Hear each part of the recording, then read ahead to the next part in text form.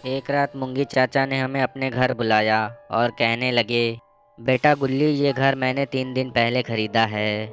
मुझे ये घर बहुत सस्ता मिल गया था, इसलिए ये घर मैंने खरीद लिया। मैंने सोचा था कि पुराना वाला घर मैं अपने बच्चों को दे दूंगा और इस घर में मैं रहा करूंगा। लेकिन मैं अब इस घर को बेचना चाहता हूँ। कोई इसे खरीदने को तैयार नहीं है। मैंने कहा कि लेकिन चाचा, आप इस घर को बेचना क्यों चाहते हैं? अभी 3 दिन पहले ही तो खरीदा है आपने इस घर को।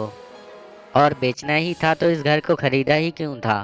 तभी पुंगी चाचा कहते हैं कि इस घर के मालिक ने इसकी सच्चाई छुपा के ये घर को मुझे बेचा है। उसने मुझसे ये कहा था कि मैं इस घर को बेचकर अपने बच्चों के साथ शहर में रहना चाहता हूँ, इसलिए इस घर को बेच रहा है। और उसे पैसे की ज़रूरत है, इसलिए कम कीमत में बेच रहा है। मुझसे ये नहीं बताया था कि इस घर में पैरानॉर्मल एक्टिविटी होती है। मैंने कहा, पैरानॉर्मल एक्टिविटी? मैंने कहा हाँ, इस घर में अजीब अजीब घटनाएं होती रहती है और मुझे एक काली सी परछाई नज़र आती है जो घूरती रहती है। मुझे लगता है कि इसकी वजह वो सामने बना हुआ बेसमेंट हाउस है।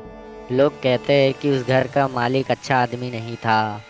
वो कुछ गलत तरीके का धंधा करता था और सारे पैसे बेसमेंट में छुपा के रखता था। लेकिन उसकी मौत एक कार एक्सीडेंट में हो गई। पर उसकी आत्मा अब भी उस बेसमेंट में रखे हुए पैसे की रक्षा करती है। और वो आत्मा नहीं चाहती कि उसके घर के आसपास कोई इंसान रहे। और कुछ लोगों ने उस घर में घुसने की भी कोशिश की, पर वो घुस तो गए थे उस घर में, पर उन लोगों का आज तक कोई पता नहीं चला है। बस यही बात तुमको बतानी थी। अब हमें यहाँ से निकलना चाहिए, रात भी बहुत हो चुकी है। मैंने कहा कि चाचा, तुम मेरे साथ यहीं रुको, मैं देखना चाहता हूँ कि हकीकत क्या है। चाचा ने कहा कि बेटा, अब मैं यहाँ नहीं रुक सकता, मुझे रात रात भर नींद नहीं आती है और अजीब अजीब सी आवाज़ आती है यहाँ, और कभी कुछ परछाई सी नज़र आती है। मैंने कहा कि आप जाइए, मैं यहाँ रुक के देखना चाहता हूँ कि हकीकत क्या है। तभी पुंगी चाचा ने कहा कि बेटा, ये इमरजेंसी लाइट बचा के रखो, काम ना हो तो इसे बंद कर देना, क्योंकि लाइट का कनेक्शन मैंने अभी नहीं करवाया है। इसी से काम चलाता हूँ। और फिर वो चले गए। मैंने सोचा कि शायद मूंगी चाचा रात में डरते हो, क्योंकि वो कमज़ोर दिल के हैं और ये घर भी आबादी से काफ़ी दूर है। तभी मैंने देखा कि खिड़की पे पर्दा डाला हुआ है। शायद पुंगी चाचा ने ये पर्दे डाले हुए हैं कि सामने वाले घर का सामना न करना पड़े। फिर मैंने सोचा कि खिड़की के पर्दे हटा दूं, जिससे हवा भी आएगी और रोशनी भी आएगी। तो मैंने आगे बढ़कर खिड़की खोल दी और वो पर्दा भी हटा दिया। लेकिन सच में वो घर काफ़ी अजीब था। उसके चारों तरफ जंगल था और मुझे काफ़ी अजीब लग रहा था। इसलिए मैंने खिड़की खुली छोड़ दी और पर्दा डाल दिया, जिससे उस घर का सामना न करना पड़े। और मैं पलंग पे बैठ गया, पर मुझे एहसास हुआ कि पर्दे के साइड से मुझे कोई देख रहा है। और मैं उसे देखने के लिए उठा और धीरे धीरे खिड़की की ओर बढ़ा। और फिर मैंने पर्दा हटाया, पर वहाँ कोई नहीं था। फिर मैंने पर्दा खुला रहने दिया ताकि कोई आए तो मैं उसे साफ देख सकूं। और फिर मैं पलंग पे आके बैठ गया। थोड़ी देर बीती ही थी कि फिर मुझे कोई खिड़की पे नज़र आया। लेकिन अब की बार मुझे वो साफ नज़र आ रहा था, लेकिन उसका चेहरा नहीं था। वो एक काली परछाई थी जो मेरे अंदर डर के मारे सिरहन भर रही थी। ये देखकर मेरे अंदर भी खौफ हावी होने लगा। मैंने सोचा कि मुंगी चाचा के साथ मैंने भी चले जाना चाहिए था।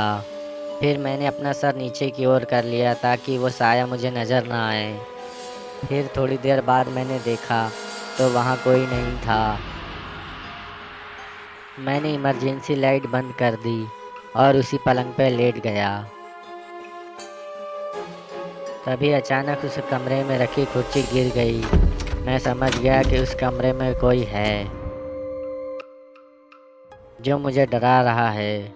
और फिर दरवाज़ा खुलने की आवाज़ आई, जिसने मेरी जान निकाल दी। वो बहुत डरावनी आवाज़ें थी।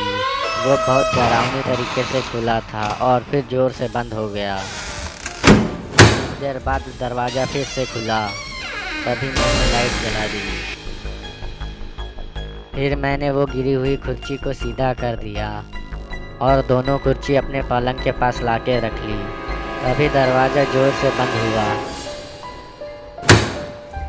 तभी मैं समझ गया कि मुझे सारी रात जाग के गुजारनी पड़ेगी, क्योंकि मैं यहाँ सो नहीं सकता और वापस भी अपने घर नहीं जा सकता, क्योंकि मैं जिस साइकिल से आया था वह पुंगी चाचा अपने घर ले जा चुके थे, क्योंकि मैंने ही उनसे कहा था कि मैं यहाँ रुकूंगा, आप मेरी साइकिल लेके घर चले जाओ।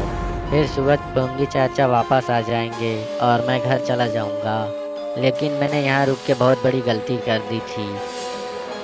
लेकिन मैंने लाइट बंद कर दी। फिर से दरवाज़ा खुलना चालू हुआ और पूरा मिल गया।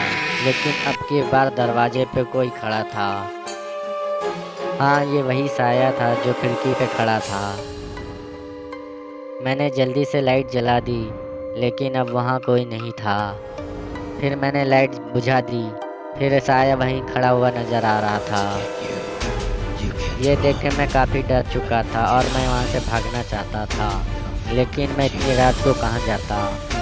लेकिन मैंने फिर से लाइट जलाई और फिर दोबारा बंद की, तो वहाँ कोई नहीं खड़ा था। और मैं कुर्सी पे बैठ गया और कुर्सी को इस तरह रखा था कि सामने खिड़की मुझे नज़र ना आए और ना ही वो दरवाज़ा नज़र आए, क्योंकि अब मैं वो सब कुछ नहीं देखना चाहता था। और मैं कुर्सी पे बैठा हुआ था और सोच रहा था कि किसी तरह से ये रात गुजर जाए और मुझे नींद आ जाए और मैं सो जाऊं और ये रात जल्द से जल्द कट जाए। फिर वो हुआ जिसका मुझे डर था। मेरे साइड में रखी हुई कुर्सी अचानक से हिलने लगी, जैसे कि उस पर कोई बैठा हुआ हो। मैं उस कुर्सी को देखना भी नहीं चाहता था, पर मैंने थोड़ा सा मुड़कर उसको देखा तो वाकई उस कुर्सी पर कोई बैठा हुआ था। मैंने अपना फौरन चेहरा घुमा लिया। मैं उसके कुर्सी को नहीं देखना चाहता था। वो मेरे इतने पास बैठा हुआ था कि मुझे लग रहा था कि मैं डर के मारे ही पागल ना हो जाऊं। और पूरी रात वो मेरे पास बैठा रहा और वो कुर्सी हिलती रही। आगे की स्टोरी अगले वीडियो में जारी रहे। हमसे जुड़े रहने के लिए लाइक सब्सक्राइब ज़रूर करें।